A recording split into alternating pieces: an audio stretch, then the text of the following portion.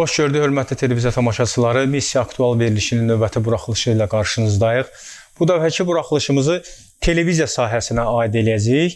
Studiyamızın bu sahə üzrə ən ali təmsilçilərindən olan qonağımız var. Qonağımız əməkdar jurnalist, professor Etibar Babayevdir. Etibar müəllim, xoş gəlmisiniz. Xoş gününüz olsun. Etibar müəllim, elə sualıma uzatmadan keçmək istəyirəm ki, bugünkü televiziya məkanının ümumi mənzərəsi barədə təsəvvürlər və görünüşünüzü, qiymətinizi bilmək istəyirik. Ümumi mənzərəsi. Çünki çox tənqidi fikirlər səslənir. Bugün Azərbaycan televiziyasının ümumi mənzərəsi barədə indi detallara da imkan olsa keçəcəm. Amma sizin üçün bugünkü televiziya məkanının ümumi mənzərəsinə qiymətinizi bilmək bizim üçün çox maraqlıdır. Bu biraz çətin sualdır. Amma bir nəzərə alaq ki, bizdə televiziya yaranıb 1956-cı ildə. İndi də yubiley ilidir. Biz o ildəyik.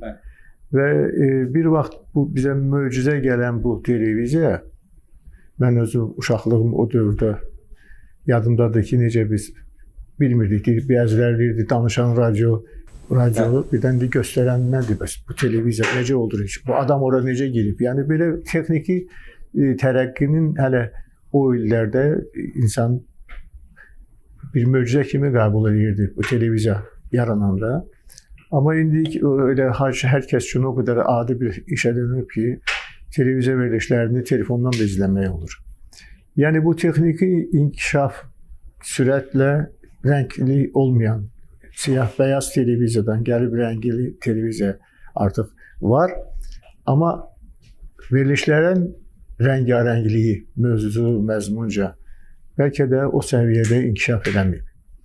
Və televiziyadan əsas bizim gözlədiyimiz nə idi? Televiziyanın əsas vəzifəsi xəbər vermək, deməli, maarifləndirmək, bir də əyləncə. Bax, bu üç məsələ ki var, televiziya bugün də aktualdır, elə yaranan gündən də. Yenə də, amma dövr dəyişir, tələblər dəyişir. İnsanın xəbər alma imkanı bugün artıq çox müxtəlifdir və indi televiziyada əvvəlki kimi gözləyəsən ki, ana xəbərlərdə kim nə deyəcək, o hadisəni anında insana çatdırma vasitələri, kütləvi informasiya vasitələrindən də sürətlə, bu sosial şəbəkədir, internetin yaranması. Burada gərək televiziya sahəsində çalışanlar da bütün bunu nəzərə alsınlar, mənə görə. Televiziya verilişlərində, istər xəbər siyasətində, istər maarifləndirici proqramlarda, istər əyləncə proqramlarında, bax, bu dəyişmələr nəzərə alınmalıdır. Daha çox diqqət ayrılmalıdır və həqiqətən də o rəngli ekranında rəngarəng verilişlər olmalıdır. Və cəmaatın, insanların zövqünə uyğun olmalıdır. İndi əvvəl bir televiziya vardı bizdə. Biz baxırdıq ancaq Sovet dövründə yaşayanda məhduddur bu imkanlar. Ancaq mərkəzi televiziyanın və respublikalarda da ki, bir televiziyalar vardı. Amma indi bu peykdən də sonra daha müasir imkanlar bu internet üzərindən elə bir şərait yaranıb ki, dağdakı çoban da Amerikadakı vəziyyətdən anında xəbər tuta bilirsə, ala bilirsə, bizim inşallah bu televiziyanın işlədən insanlar, rəhbərlik edən insanlar bütün bunu nəzərə alıb eləməlidirlər ki, bu informasiya çoxluğunda da öz kanallarımıza baxma imkanını məhdudlaşdırmayaq biz. Bizim tamaşaçı deməsin ki, mən yerli televiziyaya baxmıram. Niyə baxmırsan? Bax, bu suala gərək cavab tapsın hər televiziya rəhbəri və öz auditoriyasını itirməmək üçün ciddi çalışmalıdır. Ona görə də narazılıqlar var, təbiidir və bu narazılıqların çoxu onunla irəli gəlir ki, görmək istədiklərini görmürlər. Gördükləri də bəzən o tamaşaçının səviyyəsini artırmır, əksinə zövqünü cızızlaşdırır. Etibar müəllim, bayaq siz sadaladınız, əsas 3 missiyadır: xəbərçilik, maarifləndirmə və əyləncə. Yəni tənqidi yanaşmalar əsasən ona görədir ki, əyləncə bunların hamısını üstəliyibdir. Daha çox televiziyalar əyləncəyə, şouya meylləniblər və bunu da televiziyalar arqumentləri belədir ki, biz reklamdan asılı vəziyyətdəyik. Reklamçı reytinqli verilişlərə daha çox vəsait ayırır və insanlar da daha çox o əyləncəli verilişlərə maraq göstərirlər deyə biz məcburuq bu şəkildə də davam edir. Nə dərəcədə doğru hesab edirsiniz bunu? Birinci birisi necə? Demək ki, əyləncə özü gözəl işdir və cəmiyyət əyləncəsiz yaşaya da bilməz. Amma bu indi televiziyalardan yayınlanan əyləncenin səviyyəsi harda, nə səviyyədədir? Daha çox sosial məişət, ondan əyləncə də demək olmaz. Ondan axı çox adam əylənmir. Onun bəlkə də televiziya istəyi əriyir. Əyləncənin səviyyəsi var. Məsələ burasındakı əyləncə də yoxdur axı. Biz daha çox qalmaqal, sosial məişət mövzularında belə. Kimin heç bir bax düşünün, bəzən deyirlər ki, filan müğənninin evindən biz çəkiliş aparırlar. Açır dolabı açır ki, görsün nə yeyir, nə içir. Yaxud da paltar dolabını açır ki, sizin bu qiyafətinizin qiyməti nə qədərdir, neçədir, hə? Bunlar bu əyləncə deyil axı, dedikodudur, yəni səviyyəsizlikdir. Biz bir dəfə eşitmişdik, baxsa Rəşid Beybutovun evindən belə bir veriliş olsun, soruşsunlar ki, əlindəki paltarın qiyməti nə qədərdir? Yaxud Şökət xanım Ələkbərovanın qolundakı bilərziyin qiyməti nədir? Belə söhbətlər efirə çıxmazdı. İndi belə bu cılızlaşdırmaq və bunu da hansısa deməli marağla birləşdirmək özü ayıb bir şeydir. İnsan bilmədən bu necə ki, bu da bir zövqün korlamağın elə bilin ki, bir zəhərdir, bu yayılır. Ona görə bunu mən elə bilirəm ki, doğru deyil. Hər şeyi televiziyaya gətirmək, sosial şəbəkələrdə yaymaq və bu insanları o ali məqsədlərdən uzaqlaşdırmaqdır. Mən elə bilirəm ki, bunun əvvəl-axır bir düz yolunu tapacaqlar. O ki, qaldı reklam məsələsinə, reklam özü də bir səviyyə istəyir. Bəzən bir şey reklamdan anti-reklam da olur. Reklamın özü, reklamın xeyrinə deyil, əksinə olur. Mən elə bilirəm ki, televiziyalar ağıllı yanaşdılar bu məsələyə, öz gəlir mənbələrini ancaq reklama bağlamazlar. Onlara tələbi ki, televiziya bahalı bir oyuncaqdır, kiminsə əlində, ya alətdir, kiminsə əlində.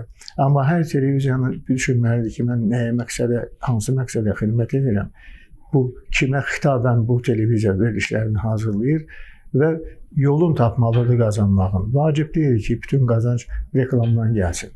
Reklam əsas gəlir qaynağı ola bilər. Amma nəyin reklamı?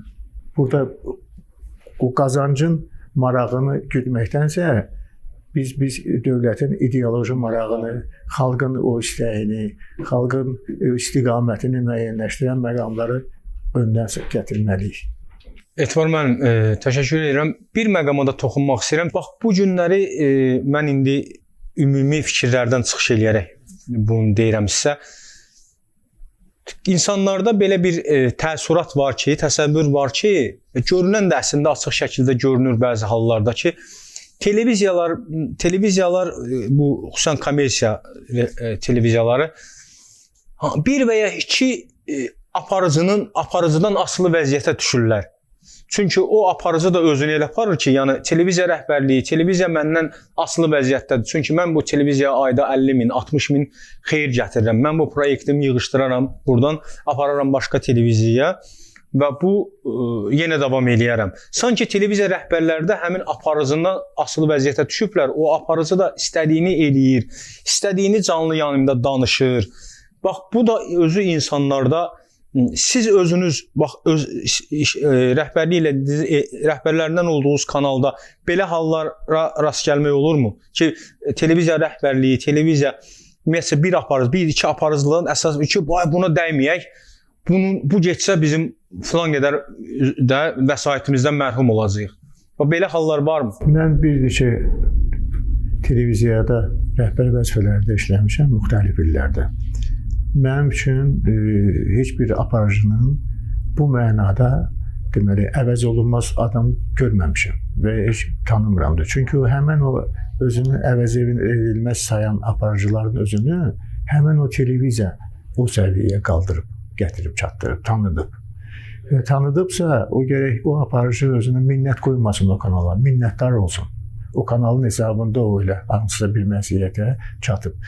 İstənilən adamla az bir müddətdə, azca da istedadı olan bir adamla belə bir adam, populyar adam eləmək televiziya savadlı adamın əlindədirsə, rəhbərin əlindədirsə, onu eləmək və yaxın bir vaxtda, az bir vaxtda bu mümkündür.